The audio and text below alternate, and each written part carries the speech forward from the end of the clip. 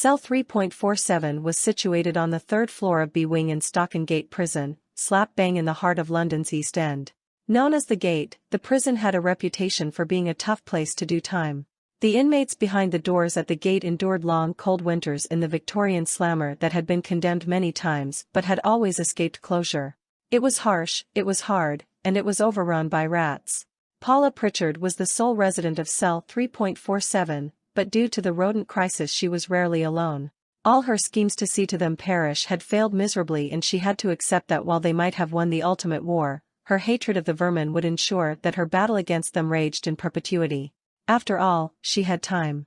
Paula was serving life for murdering her husband after he cut their TV wires in 1986, causing Paula to miss the EastEnders Christmas special. She was still bitter. There was no catch-up TV back then. In fact, she had more remorse for that than she did for the murder, which wasn't convenient when it came to trying to persuade the parole board to release her, so she had stopped bothering to try. Instead, Paula put all her efforts into ensuring that she was in sole control of the contraband that was bootlegged into the gate on a daily basis. Somewhat against all the odds, she had turned out to be an exceptional entrepreneur with incredible business acumen but would never win a Women in Business award. As she got into bed now, she plotted her next scheme for fulfilling the cocaine orders that always started to pile up at this time of year. The girls in the gate knew how to celebrate Christmas all right. Rita watched and waited from her vantage point on the top of the bookshelf. Paula's eyes were getting heavy. She would be out for the count soon. Rita could be patient, no problem. You learned that as a prison rat. Sometimes tactics were everything. She swung her back paws and applied a little face cream to her tail. One of the best things about living in cell 3.47 was that Paula's customers often paid in canteen. This meant a reliable stock of snacks, beauty products, paper, and easy access to all manner of things that were dispensed from the canteen hatch. Rat heaven. Prison life for a rat could be easy, but you had to have your wits about you. There was a constant supply of water in the steel lidless cell toilet. Pritchard had tried many times to deny Rita and her crew access to that but had never succeeded. In any event, there was a small sink on the wall, and the tap constantly dripped. The sink was big enough for a family of 4 rats to take a bath, and Rita had even seen a water birth be facilitated in it by the alternative lifestyle rats who lived behind the skirting boards in the staff room in the segregation unit, also known as the block. As soon as Pritchard fell into her doubtless drug-induced sleep, Rita tucked into a packet of Cheetos. Delicious. Pudding was a packet of Cadbury's hot chocolate which she'd had her eye on since it had arrived this morning. But during the daytime the rats didn't come out so much. It was at night when they got their business done. After dinner, Rita was helping to coordinate the digging of a new tunnel after the maintenance team accidentally poured concrete into the main thoroughfare between B and C Wing. She watched as Rolly gnawed his way into a pot of noodles. He glanced up and nodded to her with his mouth full, powder from the noodles coating his whiskers. She winked at him fondly. They had been together for 5 litters, and still they flirted like newlyweds. Rolly was a big old unit, a rat who'd eat all night if he could. He wasn't quite as exacting as Rita when it came to menu choices, and last week had eaten a whole box of tampons which had sent Pritchard into a rage when she discovered the mess in the morning. Rolly didn't care, but it had almost killed him. He hadn't been careful enough and a piece of plastic applicator had got lodged in his gullet. Rowena, unable to get her paws around him to perform a Heimlich maneuver, had jumped on his furry white chest to clear his airway. Rita had been beside herself, and if it hadn't been for her daughter's quick thinking, Rolly would have been toast. But within 2 hours Rolly was reaching for an Oreo and telling the tale as if he was the hero to most of the rats on the 3rd floor. They'd all laughed and patted him on the back. The next day Pritchard was crashing around the cell, cursing about not being able to find any coffee sachets. Rita had swapped them for a packet of cotton wool with Ricardo from healthcare, and generally being her bad-tempered, vile self. Rita knew that at times like this it was better to give Pritchard a wide berth than risk her wrath, which knew no bounds, especially when it came to rats. Plastic cups and cutlery fell to the floor, books were cast aside and makeup thrown all over the place as the fruitless search went on. Rita, Rolly, and Rowena went for a nap in their nest behind the wall, tummies full and whiskers cleaned. It wasn't until much later that they peered out and saw Pritchard behaving most strangely. She was dressed in nothing but an Avengers T-shirt and a pair of woolly socks and appeared to be batting imaginary insects away with this week's edition of Prison News. She uttered something incomprehensible about jungle fever and then proceeded to attempt some kind of Scottish jig. The rats knew that Pritchard was hallucinating, they had seen it with so many inmates countless times. They smoked too much spice and simply went doolally. Sometimes it went further than that, and a heart attack wasn't that uncommon, but Pritchard didn't seem to be that far gone despite the pantomime that was being played out before them now. Rat word got out and several others came to watch the show. Ruby from the canteen had even brought popcorn, but it was salty, so Rita didn't bother with it. Just before Pritchard was about to climb up to the bookshelf to launch herself into what she believed to be a luxury swimming pool but was in fact her prison-issue laundry basket, something caught her eye. The rats froze. Pritchard picked up her radio and launched it full force into the spectating crowd of vermin. Rita watched in horror as the plastic transistor hurtled in slow motion towards them. There was no time to react, and with an almighty smash it landed on Rolly. Within an instant two things happened.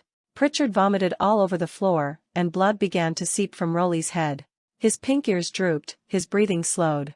The rats rallied round, hitching Rolly's sizable frame onto their shoulders and scuttling into the B-wing tunnel with him. By now Rita was sobbing, her tail in her paws. Rowena squeaked instructions as fast as she could, but it seemed that Rolly could not be saved. His wide black eyes still gleamed as he gazed into Rita's tear-filled ones. "I love you, Rita Rat," he said, and then he was gone. Rita felt like her world had fallen apart. Riley and Rose from education ushered her to their nest. She let them feed her syrup on a Q-tip, and then she slept a fitful sleep with Rowena at her side. The next day Rita felt numb, but she went back to cell 3.47, where Pritchard's vomit still pooled on the concrete floor, ice forming on it in the mid-December chill. Even the family of rats from security hadn't fancied that. Pritchard herself was akimbo on the bed, oblivious to it all. Rita stopped crying and looked at Pritchard, that mean-tempered woman who had ruined Rita's life. There was only one thing Rita wanted now. Revenge. And everyone knew that revenge was a dish best served cold. That night a meeting was called, chaired by Ricky from recycling. He even had a clipboard. Hundreds of rats were there to hear what he had to say, while Rita sat quietly beside him with a tissue balled tightly into her fist. A plan was afoot. Pritchard was to get her comeuppance. But were the rats in? Hell yes, they shouted, hats and snacks thrown into the like confetti. The excitement grew, and after the meeting, they divided into groups according to their wings and floors. Bigger departments like the laundry would help with logistics and coordination. If the drugs dog from rehab was to be believed and trusted, they had exactly 2 weeks to go before the cell spin. Meanwhile, prison life went on.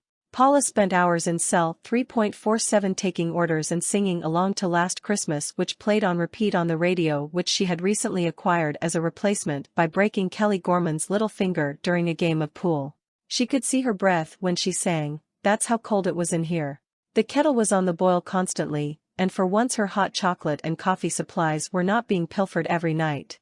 Odd, but good. If the Christmas trade was as good as anticipated, she reckoned she'd have enough cash to bribe Officer Willis into putting her in for a transfer to a modern prison where she could learn to play tennis and grow old gracefully. Every night the tunnels were full of rat traffic. Never before had such an effort been orchestrated to help one of their own.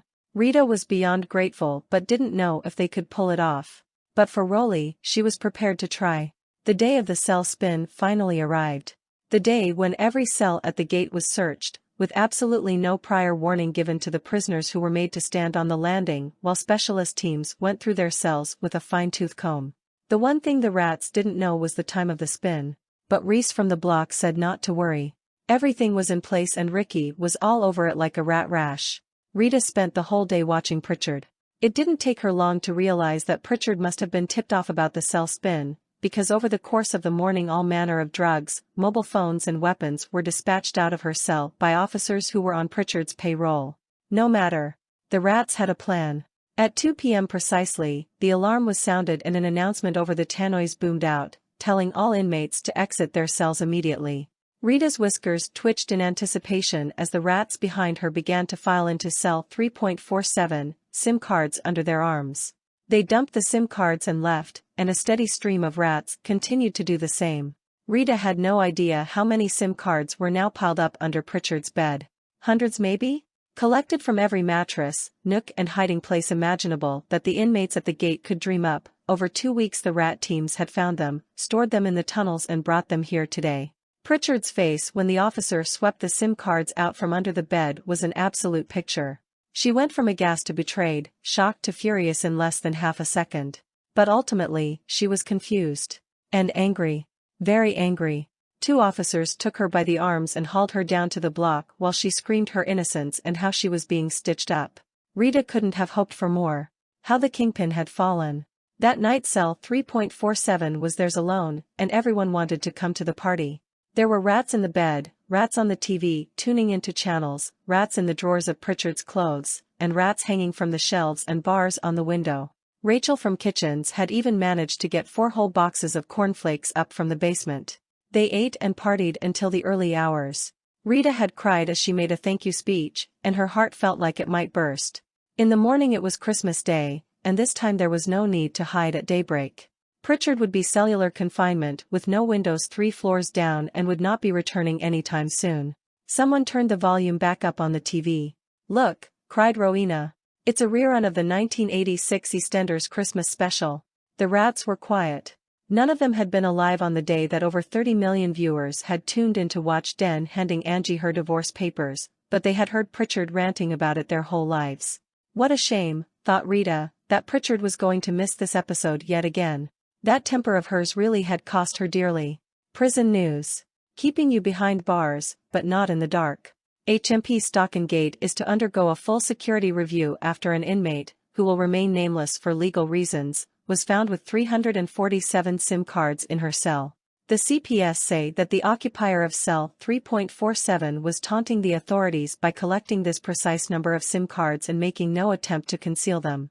She is accused of running the biggest bootlegging operation ever seen in British prison history and faces a 61-count indictment. She has been transferred to the maximum security facility in Market Deeping where she will remain in solitary confinement until her trial.